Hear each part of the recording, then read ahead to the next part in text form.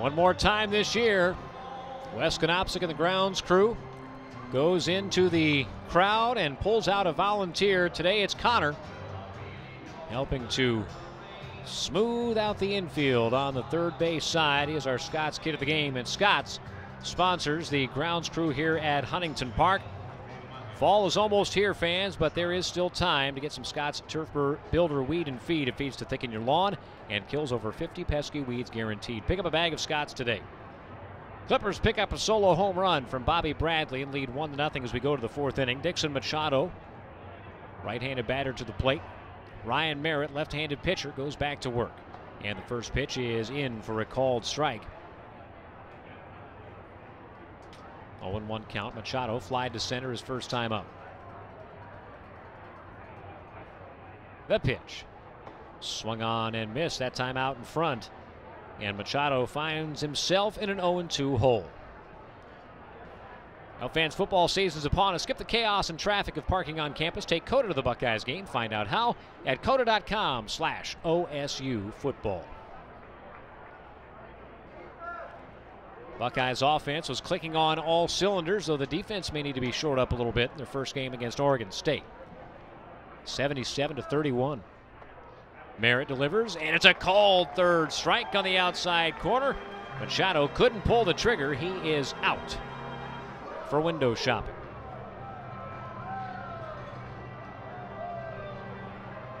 Here's Daz Cameron. He went down swinging in the first inning.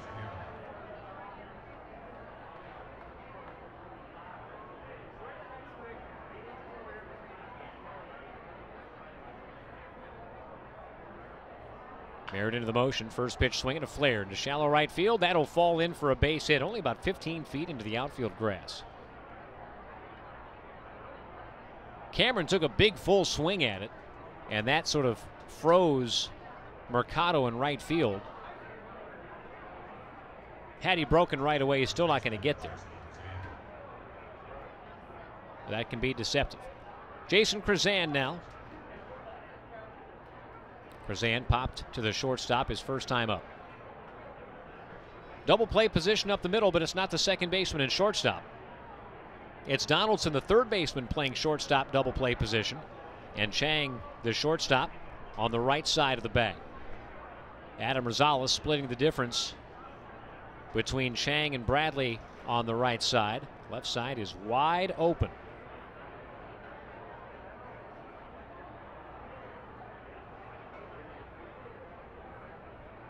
The 1-0. Swung on and shot the other way. 1-1. This brings up one of those interesting type of strategy questions, because were Krazan to lay down a bunt, you may in fact be able to get a speedy Daz Cameron from first to third. He draws the throw and he's back in time. You'd basically have a foot race between he and Donaldson, because the only guy that can field the ball over there would likely be Merritt. If Donaldson has to field it, then Merritt would have to peel off and go to third to take a possible throw. It's one of those things you have to think about with the shift on that you didn't think about much 5 or 6 years ago. Krazan fouls away another 1-2.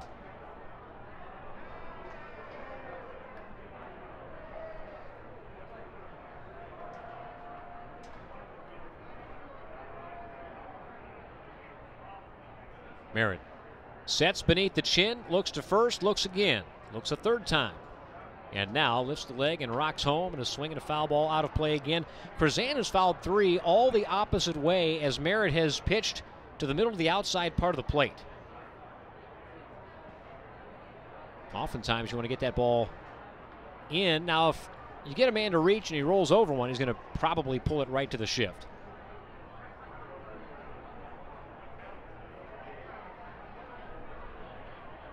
Here's the 1-2, and that's swung on and missed. In the dirt, runner goes. That is a strike him out, throw him out double play, because Brantley put it right on the money. Chang puts the tag down, and that will do it for the Toledo Mud Hens. Bottom 4 after this. It's 1-0 Columbus. And we're back here at Huntington Park. Drew Maggia base hit his first time up. We'll lead it off for the Clippers, who are up 1-0. on the final day of the 2018 regular season. Rob Brantley and Oscar Mercado to follow.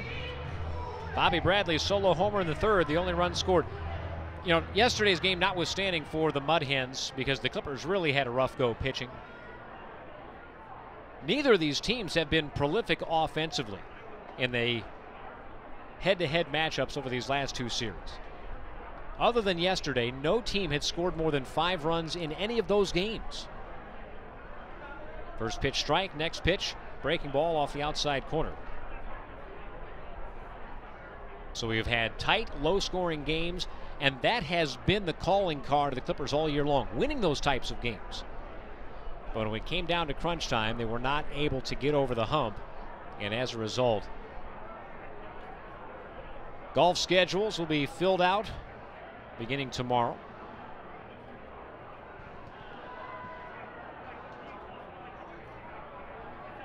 Here's the wind of the 1-2 to Maggi, and it's in the dirt. Clippers would have been off tomorrow, except for a very few select playoff scenarios where they would have had to play Indianapolis in a game 141. Playoffs begin Wednesday. Here comes the 2-2, and it's popped up back behind home plate, out of play. Mud Hens will play host to the Durham Bulls for games 1 and 2 at Fifth Third Field. And Scranton Wilkes-Barre will have the first 2 games in Moosic, PA against the Lehigh Valley Iron Pigs. Best of 5 series all. Again, the 2-2. And that is laced up the middle, a base hit. Maggi 2 for 2.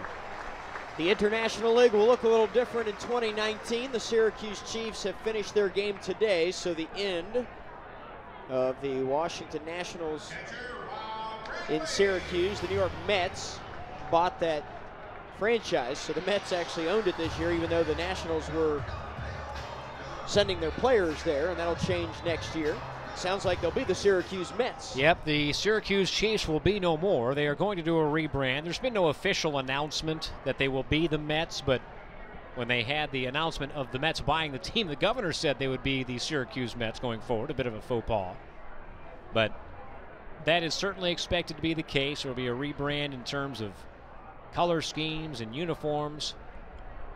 We'll see what, if any, steps they take to update NBT Bank Stadium. There's a swing and a ground ball, slowly hit towards the second baseman. They'll go to second for 1. There will not be a relay as Brantley legs it out. Maggi out 3-6 on the fielder's choice. And of course, the Pawtucket Red Sox will begin their first of 2, I guess you would say, lame duck seasons. That's a long plank.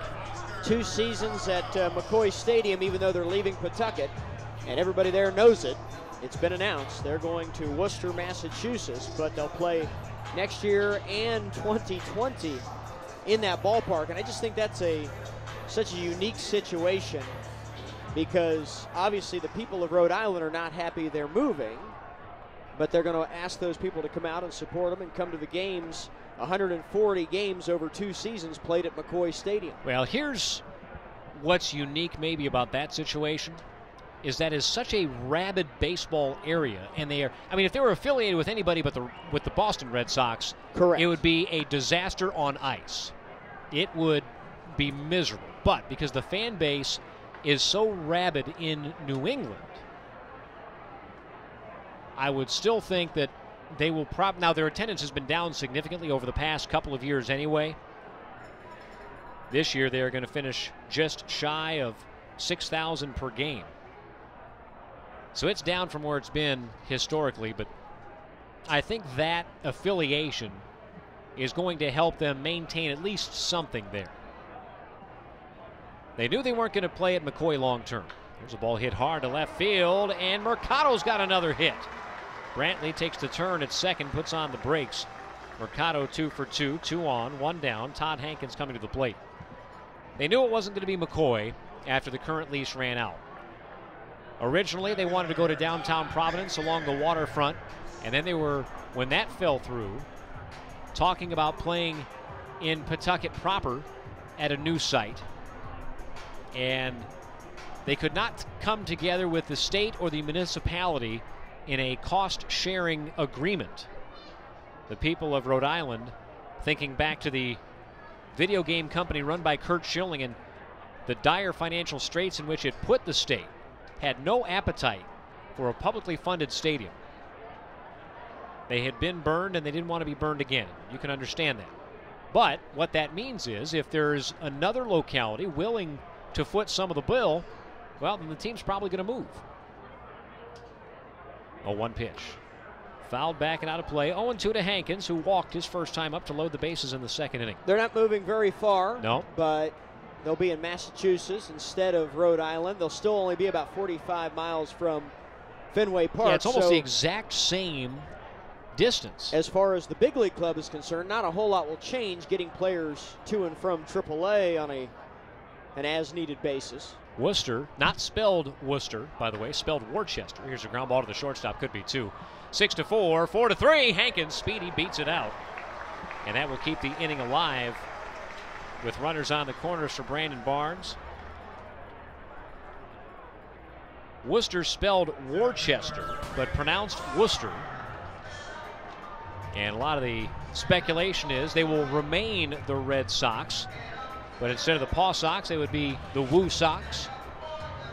Worcester is the second largest city in Massachusetts behind Boston.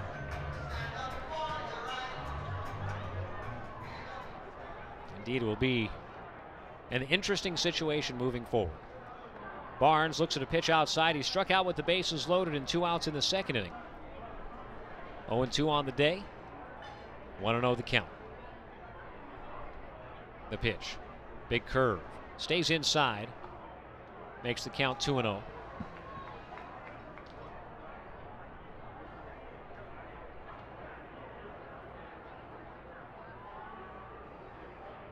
Saupold does not give in. Throws a changeup that swung on and missed. Barnes thought he had a fastball coming at him, and he was geared up for it.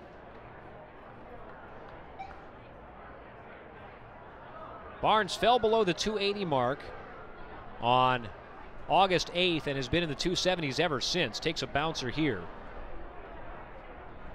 Never really got another hot stretch. He was tremendous in that series against the Lehigh Valley Iron Pigs to close out the month of July. Got his batting average up to 291.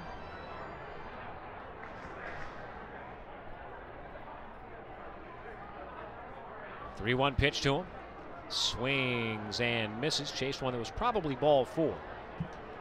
Make it 3-2.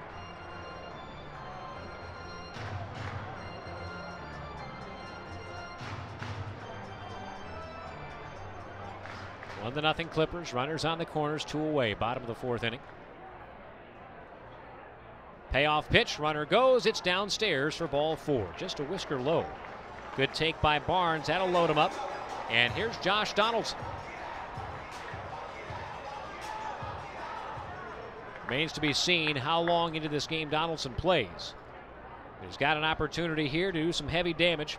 First time up, he drew ball 4. Second time up, he flied to the right center field gap. We're going to get a quick visit to the mound.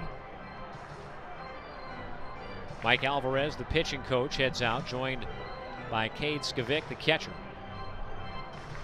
Donaldson trying to get himself up to speed to join the Cleveland Indians. After this game, he'll go back to Cleveland. And then when the playoffs begin in Double-A, he will join the Akron Rubber Ducks. As soon as he's ready to play every day or close to it. He'll be wearing a Tribe uniform for the remainder of the season and set up shop at third base. Saupold delivers. Swung on, hit high in the air, deep to center field. Racing back Cameron, still back at the wall, gone! Josh Donaldson making his presence felt. You could see when he got into the batter's box, he was itching to get in there and take a big swing. A grand slam. Do you think he's trying to tell the Cleveland Indians, I am ready for prime time? 4-run home run. The Clippers lead it 5-0.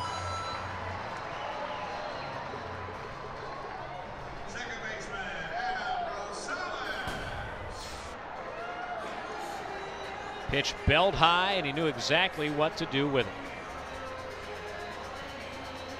Clippers have hit a lot of grand slams this year. That was number 9. Rosales swings and fouls away the first pitch.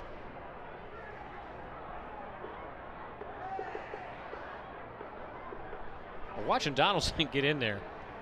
And he did that in each of his first 3 trips to the plate. Just like a caged tiger. Prowling around. Kicking at the dirt. Gripping the bat. A lot of aggression. And he took it out on that Warwick Sawpole pitch. 1-1 to Rosales. He swings and fouls it away.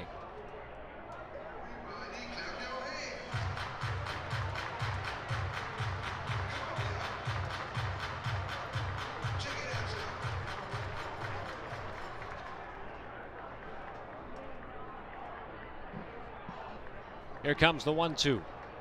And it's off the outside corner. Breaking ball. Rosales sees the count go even now. There is activity for the Mud Hens down bullpen way. A left-hander throwing.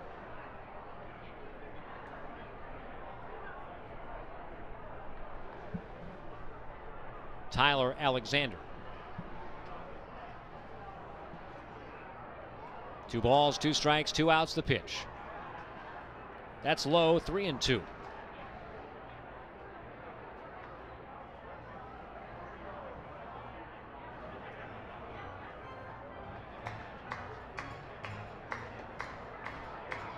Warm day here in the Arena District. Not all that humid, so it's a pleasant afternoon. Rosales swings and drives one deep to center field. Cameron still going back, leaps and makes the catch just shy of the wall for out number 3. Rosales gave it a ride, but didn't have quite as much as Josh Donaldson on the baseball. Donaldson hit a grand slam. The Clippers have 2 home runs, 5 runs total. The Mud Hens don't have anything on the final day of the regular season. We go to the 5th inning after these words. Scott Leo returns for the play-by-play.